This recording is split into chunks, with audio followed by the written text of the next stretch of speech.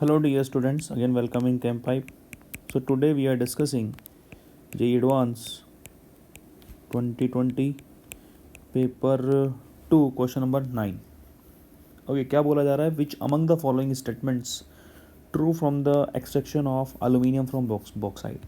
तो एक्सट्रैक्शन किससे किया जाता है आपको पता है, हॉल हेरोल्ड प्रोसेस एक्सट्रैक्शन किया जाता है।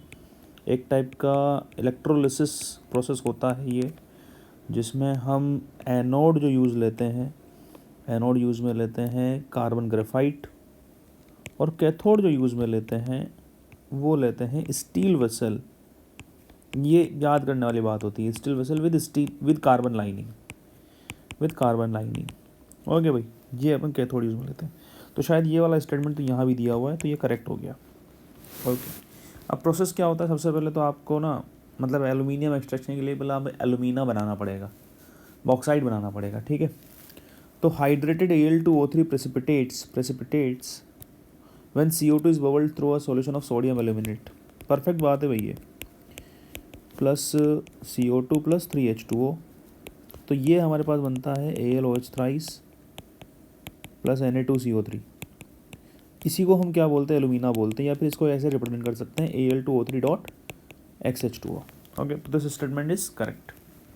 हॉल हेरल्ड प्रोसेस में हम क्रायोलाइट्स ऐड करते हैं, ओके, Na3AlF6, क्योंकि Al2O3 का जब इलेक्ट्रोलिसिस होगा तो Al2O3 के इलेक्ट्रोलिसिस के लिए एक्चुअली इसको किस में जाना पड़ेगा? Al+3 एंड O-2 में। तो यहाँ से इसको मेल्ट होना पड़ेगा, लेकिन Al2O3 का मेल्टिंग पॉइंट इतना ज़्यादा है कि इकोनॉमिकली वो फ़ायदेमंद नहीं होता हेल हेरल्ड प्रोसेस से स्टील एल्यूमिनियम निकालने में।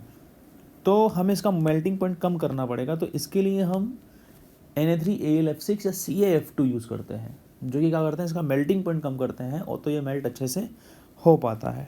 ओके, तो option B is also correct. Option C बोल रहा है CO2 is evolved at the anode during electrolysis, ये भी सही बात है। अब यहाँ पर ये तो क्या हो जाएगा, ये जाएगा हमारा एनोड की तरफ, नहीं सॉरी, ये जाएगा हमारा रिड्यूस होने जाएगा, तो ये कैथोड की तरफ जाएगा, और O-2 जाएगा हमारा एनोड की तरफ ऑक्सीडाइज होने। क्लियर? अब एनोड पर क्या है? एनोड पर है भाई आपका, मैंने भी बताया था थोड़ी देर पहले, एनोड ग्रेफाइट से बना हुआ होता है। तो O-2 and carbon, so it would be what? CO2। Okay, and 4 electron will be released. Clear? तो इस तरीके से आपको एनोड पर जो है CO2 गैस भी मिलती है। ओके, तो एक अच्छा क्वेश्चन था, थोड़ा सा याद होना चाहिए था हॉल हेरल्ड प्रोसेस के बारे में। So this was the solution for the question number 9। Now we are moving to the question number 10। क्या बोल रहा है? SnCl2 dot 2H2 is correct, choose the correct statement among the following. उसमें से पहला है SnCl2 dot 2H2 is a reducing agent.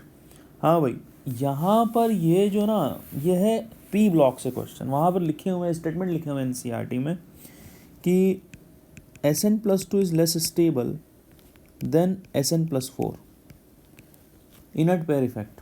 ठीक बात है कि नीचे आने पर जो होती है हमारी लोअर ऑक्सीडेशन स्टेट ज़्यादा स्टेबल होती है, लेकिन वो पीबी के लिए होती है, नॉट Sn के लिए। ओके, तो हमारे पास SnCl2 जो होता है ना, वो रिड्यूसिंग एजेंट होता है, और वो फर्दर ऑक्सीडाइज होगा Sn+4 में। क्लियर?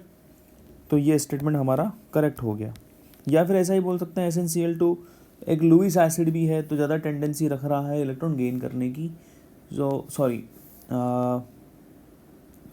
इस तरीके से बोल सकते हैं हम कि हमारे पास, आपको लग रहा होगा कि इनर्ट पेयर इफेक्ट लगेगा, लेकिन वो पीबी में ज़्यादा लगता है। Okay, so Sn+4 is more stable. चलिए, SnO2 reacts with KOH to form K2SnOH6।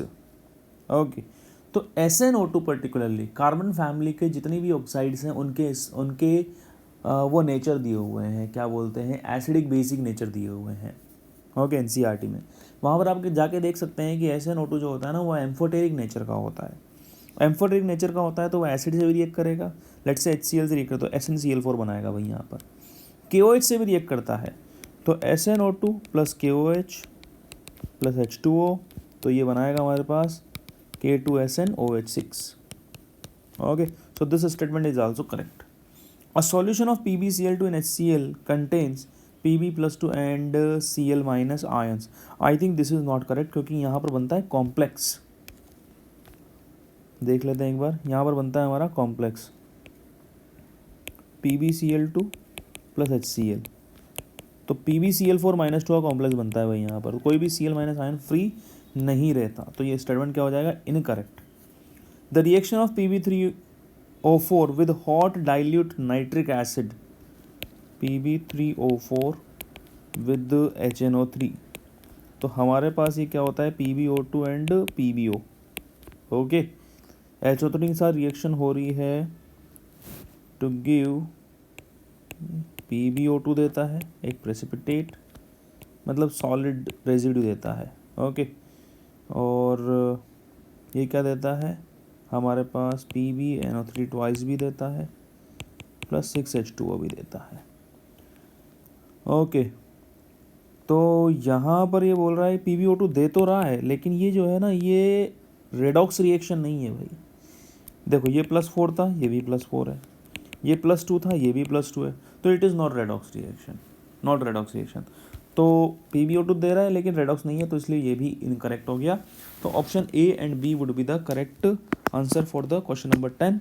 Okay, so these are the solution for the question number 9 and 10. Hope you like it, and if you do, then please subscribe the Chem Pipe. Thank you.